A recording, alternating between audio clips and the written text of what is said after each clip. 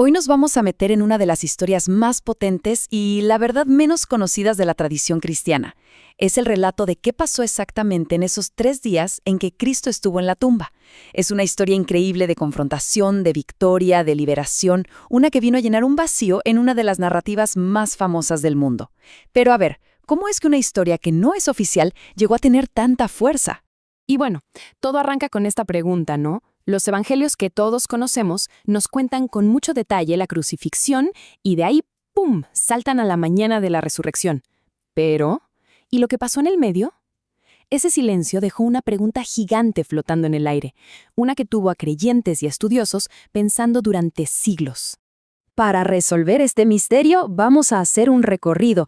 Vamos a empezar en ese vacío del relato original, después vamos a conocer el texto clave que lo llenó, nos vamos a sumergir de lleno en su narrativa súper dramática, vamos a presenciar el clímax y al final vamos a entender el tremendo impacto que tuvo esta historia.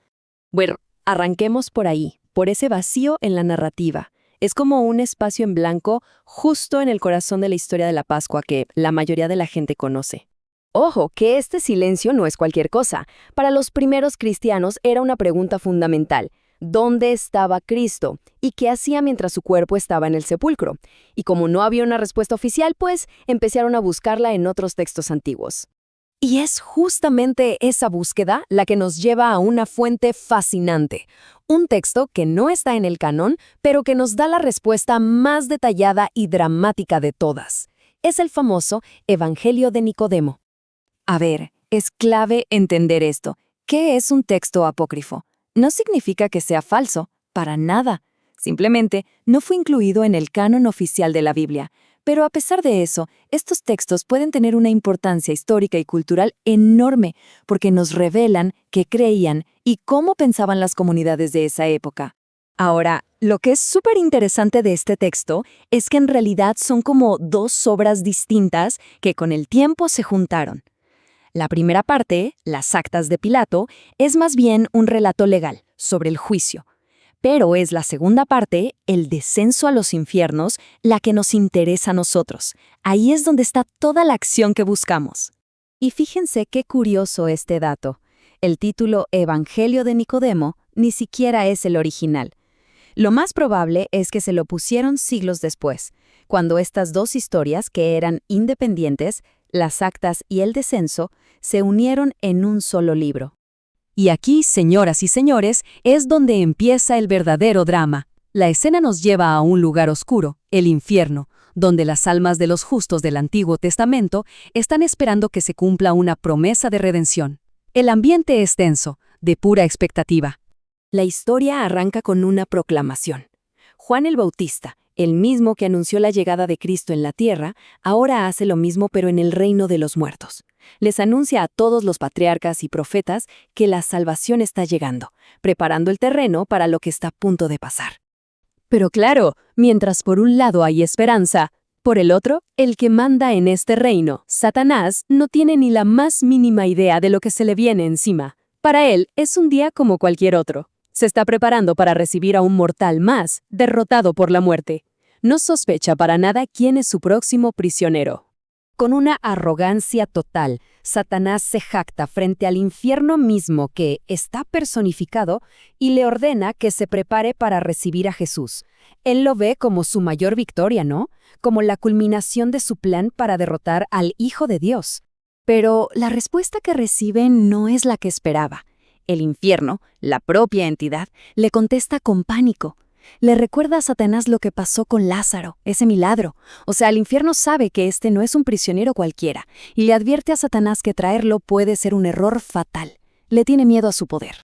Y justo ahí, en medio de esa discusión, una voz, como un trueno, retumba en las puertas. Es una orden poderosa, un mandato de un rey que anuncia la llegada de un conquistador, no de un prisionero. El Rey de la Gloria ha llegado. Y con esa llegada, entramos de lleno al clímax de la historia. A ver, esto no es una entrada silenciosa, es una invasión, una demostración de poder absoluto que va a cambiar las reglas del juego para siempre. El texto lo describe con una fuerza increíble. A la orden de Cristo, las defensas del infierno, las puertas de bronce, los cerrojos de hierro, simplemente se hacen pedazos. La oscuridad que reinó por siglos se desvanece al instante con la luz de su presencia. La fortaleza que se creía imposible de tomar acaba de caer. Y la victoria se da en 4 actos, clarísimos. Primero, la destrucción de las barreras. Después, neutralizar al enemigo. Y finalmente, la liberación de los cautivos. Es literalmente una operación de rescate a escala cósmica. Ya con las puertas en el suelo, el Rey de la Gloria se enfrenta cara a cara con Satanás. El texto nos cuenta cómo lo agarra, lo ata con cadenas y se lo entrega al mismísimo infierno para que lo cuide. O sea, el captor ahora es el prisionero en su propio reino. Una vez que el enemigo está neutralizado, empieza la misión de rescate. ¿Y por dónde empieza? Por el principio. El Rey de la Gloria extiende su mano y levanta a Adán, el primer hombre, el origen de la humanidad caída. Es un momento con un peso simbólico enorme. La restauración empieza justo donde empezó la caída. Y la respuesta de Adán, bueno, resume la emoción de todo el momento. Sus palabras son de pura gratitud, de asombro, reconociendo la magnitud de una salvación que esperó por miles de años, y después de él, todos los demás profetas y santos son liberados. Entonces, uno se pregunta, si esta historia no está en la Biblia, ¿por qué importa tanto? Bueno, su influencia fue inmensa.